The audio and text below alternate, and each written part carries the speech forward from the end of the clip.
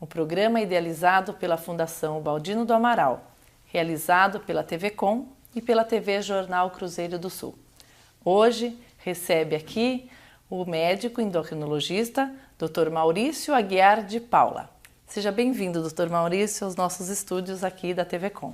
Obrigado, Paula. É um prazer estar aqui, poder falar com o público da Fundação, da TV Com, do jornal, a respeito de um assunto tão importante, né, do nosso dia a dia, que é o diabetes.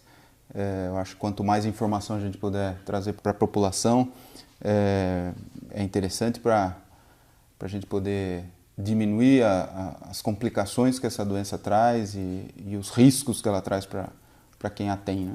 Com certeza, doutor Maurício. Muito obrigada pela sua presença. Já que o senhor falou, o nosso assunto de hoje é o diabetes, e eu gostaria que o senhor explicasse o que é o diabetes, o que determina que o indivíduo é portador do diabetes. Bom, diabetes em si é o excesso de açúcar no sangue, né? Uma doença caracterizada por esse excesso de glicose no sangue, né? A gente já vai dizer aqui que esse açúcar não é exatamente o açúcar do açucareiro, né? Como a gente brinca, né? na consulta. É o açúcar que a gente usa como energia, que é chamado de glicose. E a glicose a gente obtém de quase todos os alimentos, né? Isso é importante definir já para as pessoas também tomarem um cuidado com relação à alimentação, né? Alguns têm mais proporção de transformação em glicose e outros alimentos Exato. têm. E a doença é esse excesso. O excesso ocorre não só porque a pessoa ingere muito açúcar, ela ocorre por algum defeito no organismo, né, dependendo do tipo de diabetes, né, que a gente vai conversar sobre isso, causando esse acúmulo de açúcar na circulação, que é prejudicial a longo prazo para a circulação, para todos os órgãos daquela pessoa, né? Em suma, é uma doença metabólica, como a gente disse, né? Geralmente relacionada a outras alterações metabólicas muito comuns, como colesterol, como excesso de ácido úrico, triglicérides.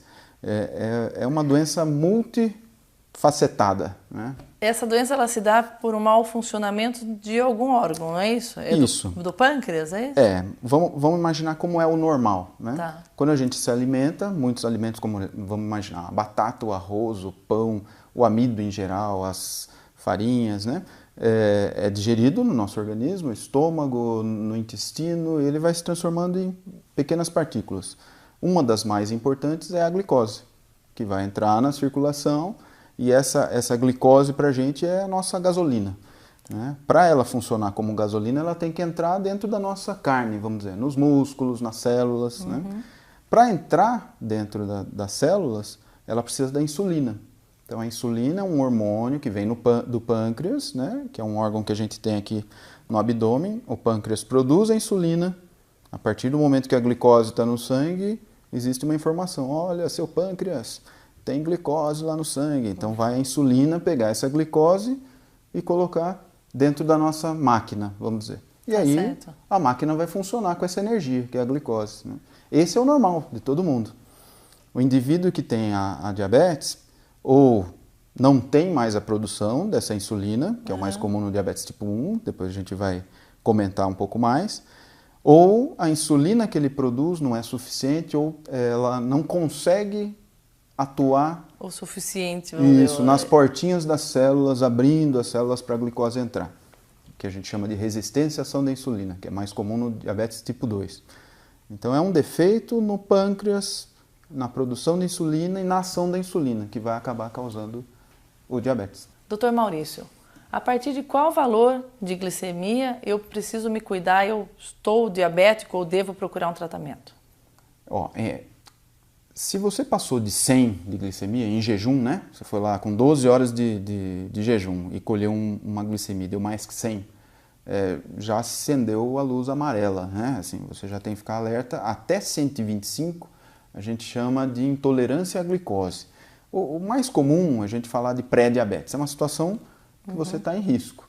Se somar que você está obeso, sedentário, tem histórico familiar, não perca tempo, vá fazer uma consulta com o seu médico, talvez ele vá pedir aquela curva glicêmica, que é um exame um pouco mais específico com uma sobrecarga de açúcar, ele vê qual é a resposta do seu organismo. Mas já deve ser procurado. Sem dúvida. Entre 100 e 125 a gente já, às vezes, até usa medicação num momento como esse. Se sua glicemia de jejum deu mais que 125, vale a pena confirmar com outro exame em um outro momento, breve, né? Porque pode ter havido algum erro de laboratório, enfim. Mas 2 exames confirmando acima de 125 é diabetes. Você vai ter que ser tratado como tal. Já procura um especialista, então. É doença crônica, você não se livra mais dela, vamos dizer assim. Em algumas situações de campanha, né, você foi lá, mas tinha comido. Se em qualquer momento do dia eu acabei de comer um pudim aqui, vamos imaginar, né? Medi minha glicemia, deu mais que 200, já é diabetes. Você pode falar, mas você comeu um pudim. Qualquer organismo é capaz de deixar a glicemia abaixo de 200, mesmo que eu tenha comido doce agora, né? Então, se numa campanha deu mais que 200, já é diabetes. E se jejum der mais do que 120? 25, já é diabetes também. Tá certo, doutor Maurício. Então, como a gente está já falando assim, existe o diabético tipo 1 e o tipo 2. Sim.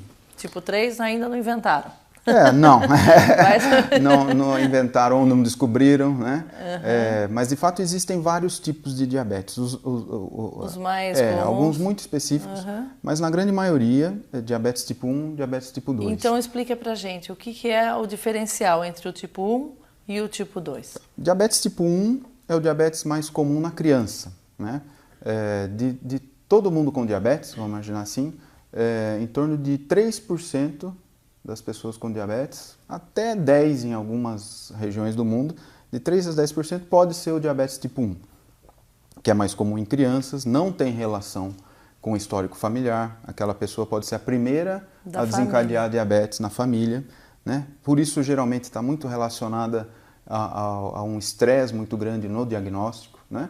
Porque imagine uma criança descobrindo essa doença, numa família que não existia ninguém com ela, né? Não sabe como lidar com a doença. É sempre uma novidade muito grande numa situação geralmente muito aguda, muito grave, né? Esse é o diabetes tipo 1, que ocorre normalmente por uma agressão que o pâncreas sofreu pelo próprio organismo. Às vezes a gente cria situações no organismo da gente que a gente se agride, né?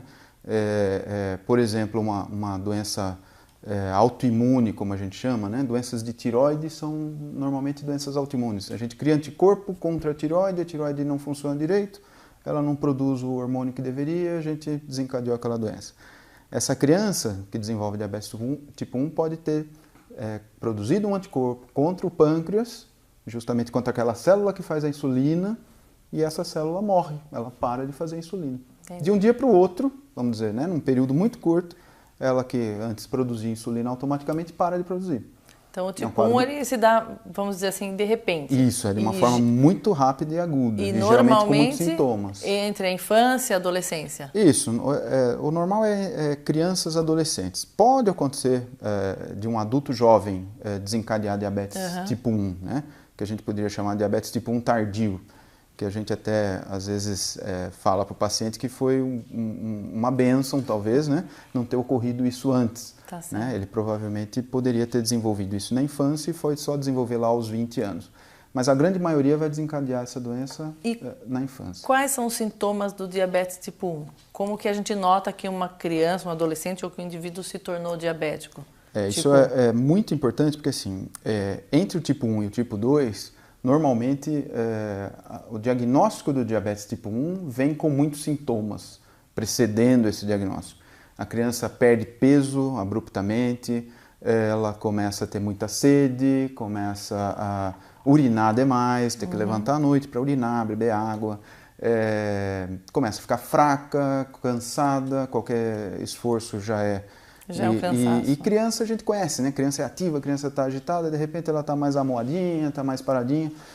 São sintomas do diabetes, né? Que está se instalando.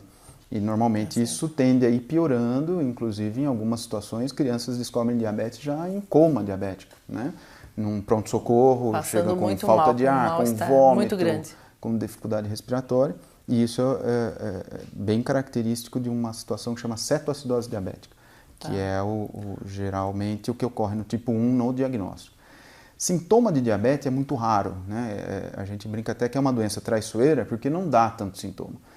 Essa pessoa que descobriu diabetes dessa maneira, ela jamais vai poder esperar que ela tenha novamente sintomas como esse para alertar que ela, olha, minha glicemia está piorando, né? Não pode chegar nesse ponto de ter esse mal-estar dessa forma. Existe um valor de glicemia que a gente pode conviver, que já é ruim para o nosso organismo, e a gente não vai ter sintoma nenhum. Para ficar bem claro isso, o diabético tipo 1, por exemplo, que começa a urinar mais, né? Ele começa a urinar mais porque com 180 de açúcar no sangue, a gente já começa a eliminar açúcar pela urina. Então, como a gente não pode fazer xixi em pó, né? O corpo elimina a água junto, né? Então ele começa a fazer muito xixi, porque ele está eliminando aquele açúcar junto. Entendi. Aí desidrata, tem que beber muita água. Esse é o processo beber água. E passa muita fome, porque aquele açúcar que era para estar na maquininha não está sendo entrando. Eliminado. Então a criança tem muita fome, e também tem o cansaço, porque não tem energia. Do açúcar. Esse é o tipo 1, é bem clássico, e a partir daquele momento precisa tomar insulina. Tá certo. O tipo 2 é tipo diferente. 2. Tipo 2 é o adulto, né? É o sujeito que tem fatores de risco para isso, né? É uma doença epidêmica hoje em dia, no mundo todo existe uma preocupação muito grande com a evolução do diabetes, né? Que está intimamente ligada com a evolução da obesidade, dos hábitos. Com a evolução dos maus hábitos, né? Vamos chamar assim, que seriam vícios, né? Porque se fossem bons, seriam hábitos, né? Sedentarismo, obesidade, excesso de ingesta de gordura, de álcool, né? O próprio fumo, tudo isso carregado com a genética, né? Então, meu pai diabético, minha mãe, meu avô, né? Tudo isso podendo desencadear um processo que é mais lento, é insidioso, mas a longo prazo vai causando uma dificuldade em que a insulina comece a trabalhar. Mas ela vai aos poucos. Ela vai se instalando aos poucos. Esse é o grande, vamos dizer, pulo do gato, né? Se é uma doença que se instala aos poucos, por que esperar lá na frente chegar o no diagnóstico? Limite máximo da doença? O que todas as sociedades de diabetes têm brigado no mundo todo é trabalhar quanto mais cedo nesse indivíduo de risco, né? Então, sujeito obeso, que tem histórico familiar, está próximo aos 40, tentar mudar os hábitos, né? Eu acho que a campanha da Fundação tem tudo a ver com isso, né? Viva com mais saúde. Exatamente. Se você se alimentar bem, se você procurar fazer uma atividade física, você não precisa virar atleta, né? Fazer uma atividade física regular, diária, tentar ter um pouco menos de estresse, né? Acho que a gente pode tentar viver com um pouco menos de estresse. Claro. Procurar menos problema, pelo menos. Porque eles vêm até a gente, para que procurar? Então, isso seriam medidas preventivas. Exatamente esse tipo ponto 2. que eu queria tocar com o senhor, doutor Maurício. O que se pode prevenir, por exemplo? O tipo 1, que é uma doença que se instala repentinamente, sem avisos prévios. Sim, Existe como prevenir o diabetes tipo 1? Não, justamente por ser uma situação imprevisível. Né? Tá, mas o tipo 2, como o senhor disse que é a doença dos maus hábitos, vamos dizer assim, dá para prevenir. Sim. Pessoas com fator de risco, pessoas que estão em obesidade, pessoas que estão sedentárias, se elas deixarem de ser, existem números comprovando isso. Se o indivíduo é sedentário e deixa de ser sedentário, que basta você caminhar meia hora por dia, por exemplo, e você já deixou de ser sedentário, você diminui em 30%, pelo menos, o risco de desencadear diabetes. Isso é uma atitude preventiva sem custo. Simples de ser tomada. Simples, não é? E extremamente salutar, né, para o resto da sua vida. Me fale uma coisa, doutor Maurício, homens ou mulheres, existe um grupo de maior risco para essa doença? Não há diferença, é uma doença que não separa sexo, religião, cor, nem CEP, né? Partidária, pode morar onde for que ela nem vai... classe econômica. Existe um fenômeno, acho que é interessante a gente citar, que como existe hoje um acesso maior ao alimento, né? E vamos dizer, aos alimentos ruins, né? de má qualidade. Industrializados também, que antigamente eram muito mais caros, vamos dizer assim. Em algumas populações que existiu, por exemplo, uma restrição de energia, de acesso à energia, o diabetes parece que está se manifestando com maior violência, vamos dizer assim, porque a obesidade tem acontecido também com maior frequência. Existe uma certa relação entre você ter um organismo que já sofreu uma restrição de energia. Vamos imaginar alguém que passou fome, né? Ou alguém que teve alguma dificuldade de acesso, com de repente um acesso a essa energia toda e um acúmulo exagerado. Essa pessoa pode ter maior risco também para diabetes. Então, talvez em algumas regiões a gente pode até ver um aumento mais significativo, né, da doença. Mas todo mundo está sob risco, né? Todo mundo de qualquer idade? Existe uma idade, a não ser essa do tipo 1, vamos dizer que ela se manifesta rapidamente na infância, na adolescência. O tipo 2, existe uma idade mais crítica, a partir da qual a gente deve tomar cuidado? Até então a gente tem a recomendação de orientar que a partir dos 40 você observe, né? Ou faça o exame para investigar se você realmente já tem um diabetes ou pré-diabetes, né? Mas infelizmente por esses maus hábitos, né? A gente tem tido diabetes tipo 2, não o tipo 1, o tipo 2 já se manifestando em adolescentes. Mesmo tipo 2. Nos Estados Unidos isso é muito comum, já existe um alerta, né, com relação a isso por lá. Aqui a gente já está começando a ter que enfrentar essa situação por conta de videogame, internet, batata frita, né, hambúrguer, e essa vida que a criança leva hoje, né? Falta de segurança, enfim, vários motivos a gente está deixando as crianças dentro de casa sedentárias e comendo, né? Porque as crianças não eram sedentárias, não é para ser, né? É para brincar, é para se movimentar. Pipa, né? Jogar uma bola. Como que faz para conviver com o diabetes? Porque é uma doença que o senhor disse, ela vem devagar às vezes, ou rapidamente, não importa de que forma ela venha, mas hoje em dia tem tratamentos eficientes, as drogas são mais eficazes. Como se dá esse tratamento do diabetes? Eu acho que a conversa continua no mesmo tom, né? Aquilo que eu disse, não é uma condenação. Você teve o diagnóstico, né? Ótimo, você não preveniu antes, comece a se prevenir agora das complicações. Como que você vai conviver com essa doença sem que ela te traga problemas?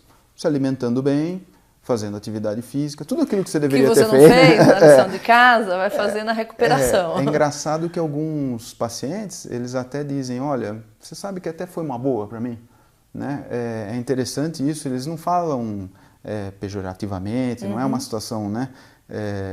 Olha, a partir daquele momento eu tomei consciência e hoje existem atletas que são diabéticos por conta do descobrimento do diabetes. Porque começam a se exercitar. Um menino que começou a nadar porque seria bom. Tem um americano com 9 medalhas em Olimpíada que é diabético tipo 1. Olha só que interessante. Quer dizer que o diabetes não é empecilho para que a pessoa tenha uma vida normal. Pelo contrário, ele vai passar a viver de um jeito, ou deveria passar a viver de um jeito, como todo mundo. Mais saudável. Comendo bem, fazendo exercício, controlando o estresse, olhando para a saúde, né? Procurando um médico com frequência, fazendo exames, tomando os remédios adequados, né? E aí o diabético, ele toma insulina todo dia, uma vez por dia? Isso vai depender do tratamento? Esse é o diabetes tipo 1, né? O diabético tipo 1, a partir do momento do diagnóstico, precisa tomar insulina todo dia, né? Ele parou de produzir, ou ele tem muito pouco insulina, então ele precisa tomar. Existem tipos diferentes de insulina, né? A insulina, por exemplo, que nós temos na rede pública, a insulina humana NPH, ela tem uma ação de 8 a 12 horas no nosso organismo. Então, pelo menos 2 vezes por dia, aquela criança vai ter que aplicar insulina. Se não mais, 3, para fazer um controle adequado. Existem algumas insulinas que têm ação muito rápida. Eu já ouvi falar, tem a insulina rápida. Você come e já toma a insulina imediatamente? Normalmente essa insulina é feita para ser utilizada ou em situações de urgência, que a gente está ali num pronto-socorro e precisa controlar aquele diabetes muito rápido, a insulina rápida. Ou no dia a dia da criança, que bem treinada, orientada pela nutricionista, pelo médico que está auxiliando, vai usar para se alimentar. Então ela vai ter uma dose específica para aquela refeição, ela aplica, come, né? Ou ela vai aprender a saber o que ela vai comer, olhar no prato, vamos imaginar o quanto tem ali de carboidrato, que seriam os alimentos que virariam um açúcar, né, no sangue dela, e usar uma dose específica para aquele tanto de carboidrato. Sempre medindo também para... Como ele já está antes, vamos dizer, ele mede o nível de glicose dele antes de ministrar a insulina? Então, eu estou com a glicemia na minha meta, eu só vou aplicar a insulina para aquele tanto que eu vou comer. Não, minha glicemia está fora da meta, então vou aplicar um tanto que é para corrigir essa glicemia e outro tanto para aquilo que é daquilo que eu vou comer. E isso, então, com certeza, principalmente para as crianças, para os jovens, né, que antes passavam grandes privações, embora temos produtos dietéticos muito bons no mercado, mas aquela vontade de comer uma coisa específica, um dia especial, um aniversário, isso deve ter melhorado muito a vida sem dúvida. Dos pacientes? Trouxe uma liberdade, mas como toda liberdade, a gente tem que saber usá-la. Não é? Claro. Você está livre, talvez, até para comer açúcar, vamos dizer assim, que seria um doce. Né? Mas, lógico que, sabendo que aquele valor do alimento que está ali é ruim, não é? Não tem valor nutritivo nenhum num doce. Claro. Né? Mas, poxa, uma criança num aniversário, todos os amiguinhos comendo um brigadeiro e ela não pode porque tem diabetes. Existe esse recurso. É lógico que isso a gente tem que tomar muito cuidado para falar, porque não é para todo mundo, né? Isso tem que ser muito bem orientado pelo médico que está acompanhando, porque às vezes isso sai do controle. Tá, não né? é para ser uma constância, é para ser uma eventualidade. Mas né? já é um grande passo. Poxa, com certeza, disse. Só saber que pode um dia, Exato, já acho que muda totalmente o conceito da situação, né? Esse é o tipo 1, essa é a vida do diabetes tipo 1. E o tipo 2 também não vai poder comer porque vai ter que evitar um pouco, segurar se a onda. Normalmente está relacionado à obesidade, ele precisa melhorar os hábitos primeiro. Existem algumas complicações do diabetes? O que a gente precisa estar aí tomando cuidado para que essa pessoa que tem o tipo 1 ou o tipo 2 não chegue a um fator aí, a um limite de alguma agravação da doença? Tem alguma complicação? Sem dúvida. O grande X da questão diabetes são suas complicações, né? Diabetes, diretamente, ela não vai causar o óbito de ninguém, muito raramente. Vai matar alguém, não, o diabetes. Em situações muito extremas pode acontecer. Mas, normalmente, o que ela vai fazer aos poucos e alterando o nosso organismo, se não bem controlada, né? Ela vai causando doenças nos nossos vasinhos, vamos imaginar. Tá. Esse excesso de açúcar circulando no sangue sem necessidade vai lesando os vasos. Imagine a gente com um monte de caninhos aqui hidráulicos, né? São os nossos vasos sanguíneos. Eles são muito importantes em todos os lugares do corpo, na retina, no rim, no coração. E essa lesão que vai acontecendo nos vasos vai causar doenças nesses órgãos. Né? Os mais comuns? Retina. Né? Hoje em dia, ainda no Brasil, a maior causa de cegueira é diabetes. Não diga. A maior causa de amputação não traumática, né? Não foi um acidente, é diabetes. A amputação das pernas, né? Existe um probleminha aqui, desculpa interrompê-lo, mas existe um probleminha que precisa tomar cuidado com os pés do diabético? Exato. Como que é isso? Ela infecciona ou a gente tem mais os pontos sensibilidade? fracos, né? As extremidades e principalmente os pés, né? Eles têm uma circulação piorada, né? Então o sangue chega com mais dificuldade naquela região, né? Tem uma sensibilidade também piorada. E o diabetes, além de agredir os vasinhos, né? Então essa circulação que já não é das melhores no organismo, já vai estar piorada por conta do diabetes.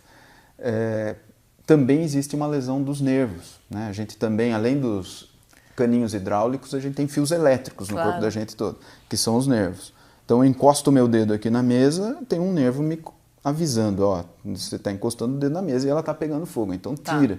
Aí o mesmo nervo vai comunicar para eu retirar esse dedo. O diabetes vai lesando essa comunicação, a capa dos nervos, vai causando como se fosse um curto-circuito, não é? E nos pés isso é muito comum também. Então ele começa a ter dormência, queimação, falta de sensibilidade. Aí ele põe um sapato com uma pedrinha dentro. Entendi. Que a gente...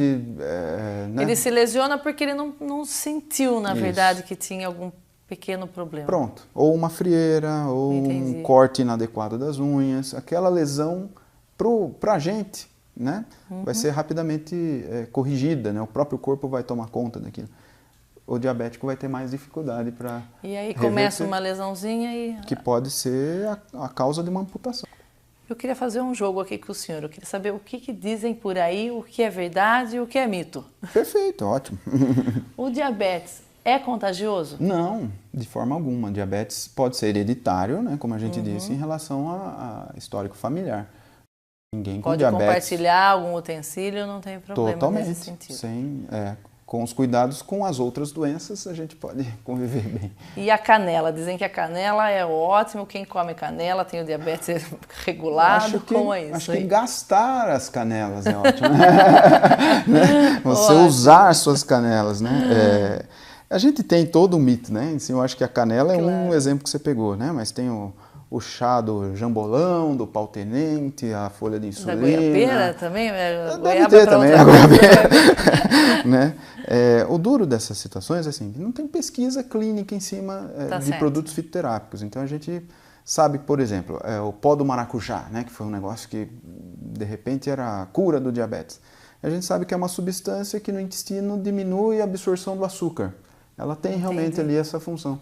Então, facilita para o organismo lidar com o açúcar. Não que o açúcar não vai entrar, mas vai diminuir a absorção. Então descobriram aquela função específica. Mas não é a cura. Né? Claro. Então, acho que voltando até um pouco em relação ao tratamento, que a gente falou da insulina, mas o diabetes tipo 2 hoje tem tratamentos muito avançados. Hoje a gente está vivendo um momento interessante em diabetes com várias medicações via orais, né, para o diabetes tipo 2, com muito sucesso. Então, se tem coisa testada e aprovada... Porque o diabético tipo 2 ele vai tratar com outro tipo de medicamento que não a insulina. Que não a insulina. Então, ele pode até vir a necessitar de insulina. Mas no início, alguns medicamentos prolongam a vida daquele pâncreas, ele consegue ter uma produção de insulina adequada com aqueles medicamentos e a associação da dieta, enfim... os fitoterápicos, talvez, né, as plantas, possam ser usadas em cunho de fé, né, de achar que aquilo pode ajudar. Use, mas não deixe de usar o resto. Né? As pessoas às vezes costumam dizer que a pessoa vicia na insulina. Como que é? Isso é uma situação bem complicada para a gente, principalmente em tipo 2, quando a gente sugere o uso de insulina. Né? Existe um preconceito contra a insulina. E é engraçado que não é contra a agulha. A gente sempre imaginou que a pessoa tinha medo de injeção. Da agulha. Até o ponto que surgiu uma época no mercado uma insulina que era inalada. Mas se a gente falava aquela insulina, a pessoa tinha medo de usar da mesma maneira. Porque ela acha que ela vai viciar na insulina. Ou vai viciar, ou meu pai, quando começou a usar, perdeu a perna, perdeu a vista, porque era deixado para usar numa situação muito tardia. Então a insulina é bom para a gente. A gente tem, eu tenho, você tem. Ter que usar insulina não é nenhum prejuízo. Na verdade é porque a pessoa precisa utilizar. Está precisando, não vai ficar... Ela está usando porque se o médico indicou, na hora certa. Né? E como tudo que a gente trata aqui no nosso programa, então fica aí o recado que a prevenção é realmente o melhor remédio. Eu acho que ainda se você deixar para esperar com célula-tronco, vamos imaginar, com as medicações novas que a gente tem na mão, começar a tratar só depois que a doença se instalar, talvez você tenha muita chance de se dar bem ainda, existem muitas soluções. Mas a prevenção, você não vai precisar de nada disso, né? Talvez uma caminhada, uma boa alimentação. Vamos lá usar as canelas, vamos nos exercitar, vamos tomar conta da alimentação e com certeza procurar uma vida saudável. Muito obrigada, Dr. Maurício, pela sua grande ilustração aqui. O senhor apresentou coisas muito interessantes. Muito obrigada pela sua presença. Imagina, disponho. Acho que eu que tenho que agradecer, porque é um espaço importante para a gente, né? A gente fica ali todo dia com um paciente falando tudo isso, né? Acho que num momento como esse a gente tem a oportunidade de falar para tanta gente, de repente o que a gente não consegue ali no dia a dia, e que isso se replique, né? Eu acho que quem puder pegar essa informação e transformar em outra dentro de casa, nos seus amigos, eu acho que isso tem que ser uma corrente do bem, né? Com certeza. A gente joga tantas correntes ruins. É o nosso trabalho aqui. Ótimo. E se você tiver a oportunidade de fazer um teste de insulina, faz o furinho no dedinho. De glicemia. Tem de glicemia. Pode fazer esse teste na rede pública, nas campanhas que as prefeituras fazem. Utilize-se desse recurso, porque o quanto antes você tiver consciência disso, com certeza melhor vai ser o seu tratamento. Obrigada, Dr.